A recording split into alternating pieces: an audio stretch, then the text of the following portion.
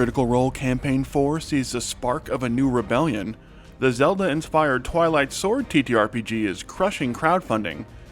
and can a new reveal in the latest Warhammer video game shed some light on Henry Cavill's upcoming series? Our future is untold. Before we dive into Critical Role's incredibly epic last episode and potential Warhammer teasers, why not take a second to hit those like and subscribe buttons to help us keep these videos coming. It only takes a second, it's free, and it really does help these videos out. And then, let's dive into the news. Critical Role Campaign 4's latest episode was pure cinema, with the potential start of a new rebellion, bloody revenge, and epic tower-top fights in the pouring rain, and perhaps yet another hint about a truly horrifying secret in Wakander's past. Plus, we got to meet the goodest doggos as the Hounds of the King, who are either awakened dogs, wild-shaped druids, or maybe even awakened dog druids wild-shaped into humans, no one can really tell at this point, showed up after the brutal battle at Castle Sloke. Wakander was 2 hit points away from full-on dying after getting run through by the knights who turned out to be much tougher than the soldier table expected, with each of the enemies rocking over 50 hit points and hitting for some serious damage as they tried to defend their new Baron Casimir. But with an assist from Tyranny in her guise as the incredibly named Dr. Jezebel Finger, who trapped a pantsless Casimir with a hold person spell,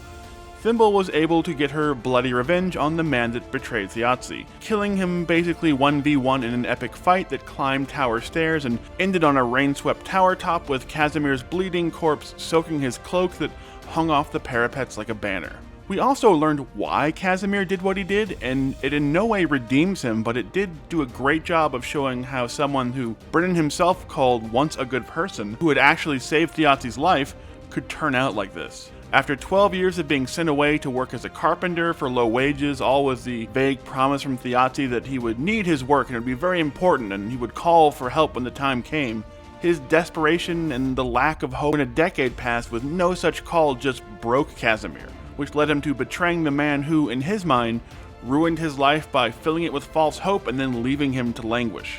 We also got an interesting interaction when Wakander almost died, where Tyranny was very visibly upset and emotional and even mentioned Wakander's beautiful eyes, which brings back a theory we mentioned way back after episode 2, where the woman who Wakander actually loved and wanted to marry suddenly vanished, and then Tyranny showed up sometime later. We suspect that the Halavers used human bodies as vessels for their demon servants/partners, based on how they were preparing Teor via cutting up his shadow. So could Tyranny's host body be bringing up these strong feelings because it belonged to the woman whose painting Wakander is still traveling with? That will be an amazing revelation if it does turn out to be true. The episode ended with the soldiers flying their new version of the Banner of the Falcon off the ramparts of Castle Sloke, and with King Gus on his way to meet them, we may have just seen the birth of a new Falcon's rebellion against the Sundered Houses, perhaps with the backing of Timony. And with King Gus currently in Dol Makir, the Schemers and the Seekers may also soon become involved as the spark of a new rebellion has clearly been lit in Campaign 4. I bet money on it.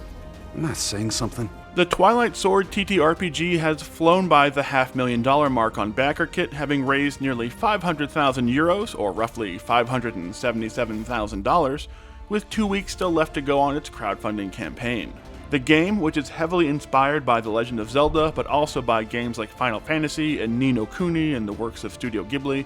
is being put out by Two Little Mice and Free League Publishing, and uses a brand new RPG system called CAT, which is an acronym for Created at Twilight, where a single D12 is the most commonly used dice instead of a D20. With some truly incredible races to pick from, like giant muscle-bound penguins and some of the most customizable character classes we've come across in recent memory, the game is a great balance of easy to pick up mechanics, but tons of deep, complex options for classes, equipment, and more. So if you're looking for a tabletop RPG to scratch that Breath of the Wild itch while you wait for the next Zelda game, maybe swing by BackerKit and see if Twilight Sword could be the perfect fit for your TTRPG group today. Claim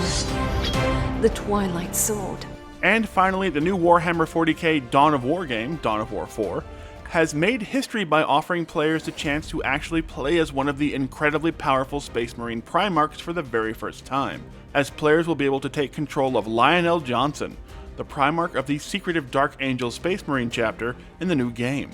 Games Workshop is incredibly protective of their Primarchs, and uses them only sparingly in their video games, with only Reboot Guilliman and the traitor Primarch Mortarion having appeared fleetingly in their long video game history and never as a playable character. But could this also be a hint that GW is bringing the Primarchs front and center just in time for Henry Cavill's new Warhammer series? Cavill has often said he is far more interested in playing a Primarch than playing someone like Inquisitor Eisenhorn. And if GW is suddenly allowing their Primarchs to show up in video games and other media for the first time, could that be a big hint that we will be seeing Cavill taking up the role of a Primarch for the new series? Or perhaps that of the Emperor surrounded by his Primarchs in a Horus Heresy set show? It's too soon to say for sure, but Games Workshop allowing players to take control of a Primarch in the Dawn of War game for the first time ever is a great sign that some serious Primarch action may be on the way in 2026 when we get our next big update about Henry Cavill's Warhammer series at Amazon. And those are all the stories we have this week for Fantasy News Friday. Let us know what your favorite story was down in the comments section, and don't forget to hit those like and subscribe buttons.